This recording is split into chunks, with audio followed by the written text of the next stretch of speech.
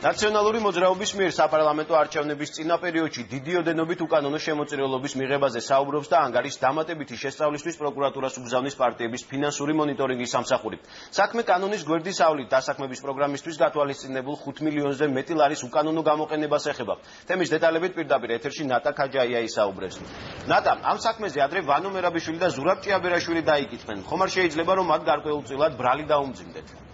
ფაზილ აუდიტის სამსახურში უჭირთ ამ თემაზე საუბარი დაუმძიმდება თუ არა ბრალი ყოფილ პრემიერ-მინისტრს ვანო მერაბიშვილს და კახეთის მოქმედ გუბერნატორს ზურაბ ჭიაბერაშვილს, თუმცა აუდიტის სამსახურში აცხადებენ, რომ საქმეში იკვეთება ბევრი კანონდარღვევა, რის გამოც მასალები ეგზავნება შესასწავლად მთავარ პროკურატურას.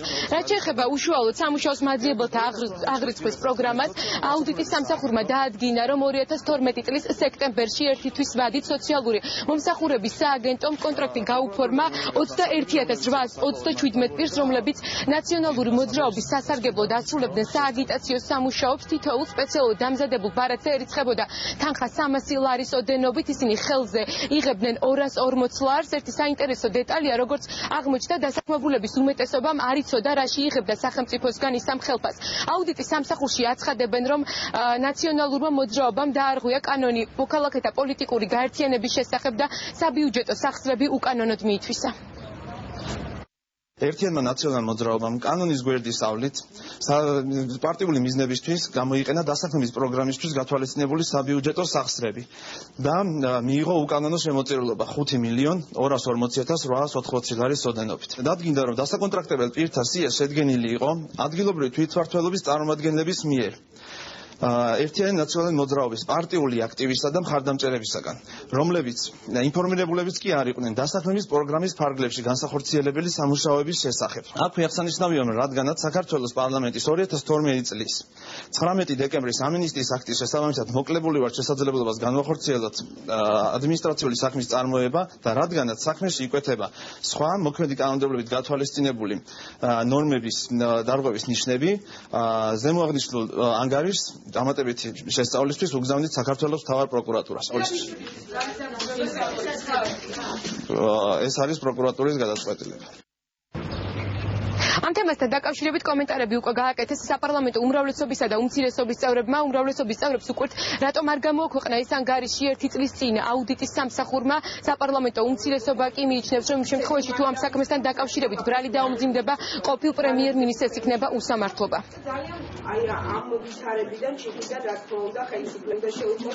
თუ ეს დაამძიმებს, ეს იქნება ისეთივე უსამართლობა და ამ ქვეყნის რეალობის და ისტორიის და დღევანდელობის არცოდნა, როგორიცაც გამოირჩევა ახალი ხელისუფლება. ნებისმიერი ნაბიჯი გადადგმული დასაქმების მიმართულებით იყო კარგი და აუცილებელი.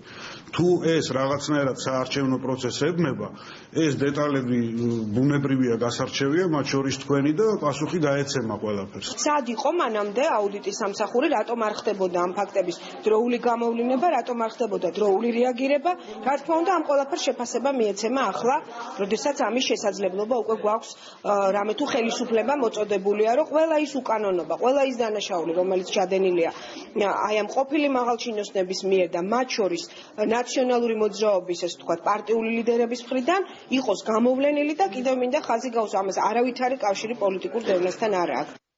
რამდენიმე წუთის წინ მოამბე სატელეფონო ინტერვიუ ჩაწერა კახეთის გუბერნატორთან ზურაბ ჭიაბერაშვილთან. ჩვენ შეგვიძლია მოვისმინოთ ჭიაბერაშვილის კომენტარი, რომელიც აუდიტის სამსახურის ანგარიშს ეხება.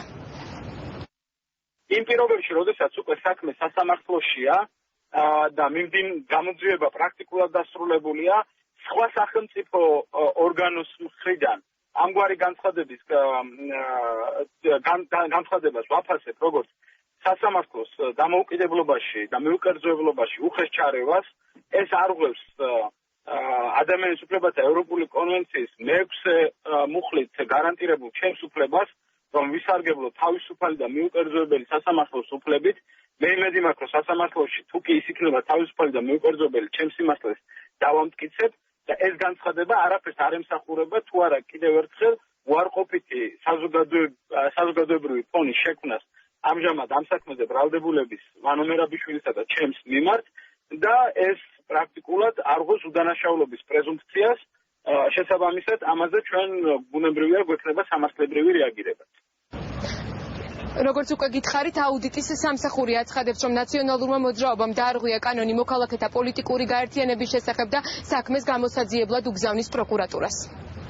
მადლობა ნატა, მოამბის პირდაპირ ეთერში ნატა ქაჯაია საუბრობდა. იოსებიძის